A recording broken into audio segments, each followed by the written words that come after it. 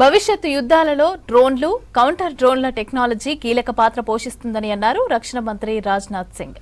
భారత్ స్వయం సమృద్ధి సాధించేలా డ్రోన్ తయారీ వ్యవస్థ ఆవశ్యకతను తెలిపారు. డ్రోన్లతోనే ఆగిపోకుండా వాటి విడిభాగాల తయారీ కీలకమైందన్నారు. 2030 నాటికి భారత్ స్వదేశీ డ్రోన్ తయారీకి ప్రపంచ కేంద్రంగా మారుతుందని అన్నారు Rajnath Singh. Russia, Ukraine, Iran, Israel మధ్య యుద్ధం యావత్ ప్రపంచం గమనిస్తోందని చెప్పారు. భవిష్యత్తు యుద్ధాలలో డ్రోన్లు, కౌంటర్ డ్రోన్లు టెక్నాలజీల కీలక పాత్ర పోషిస్తోందని అన్నారు రక్షణ మంత్రి రాజ్నాథ్ సింగ్. భారత్ స్వయం సమృద్ధి సాధించేలా డ్రోన్ తయారీ వ్యవస్థ ఆవశ్యకతను తెలిపారు. డ్రోన్లతోనే ఆగిపోకుండా వాటి విడిభాగాల తయారీ కూడా కీలకమైందని అన్నారు. 2030 నాటికి భారత్ స్వదేశీ డ్రోన్ తయారీకి ప్రపంచ కేంద్రంగా మారుతుందని అన్నారు Rajnath Singh. Russia, Ukraine, Iran, Israel మధ్య యుద్ధం యావత్ ప్రపంచం గమనిస్తోందని చెప్పారు.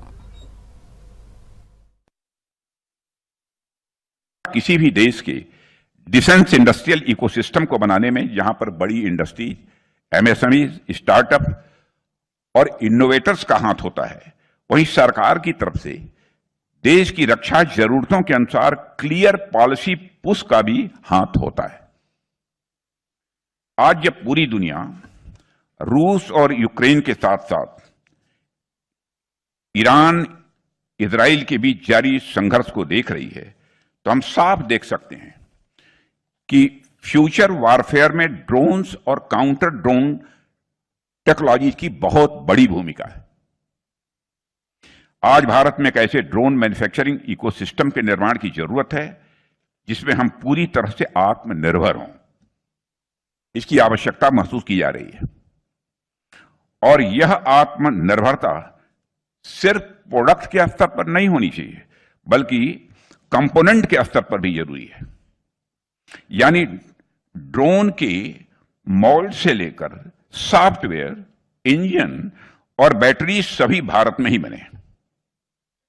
मैं जानता हूं कि यह काम कोई आसान नहीं है, क्योंकि अधिकांश देशों में जहां ड्रोन्स बनते हैं वहां कई क्रिटिकल कंपोनेंट्स एक देश, और मैं जानता हूं, आप भी जानते हैं कि विशेष रूप से चीन से इंपोर्ट किए जाते हैं।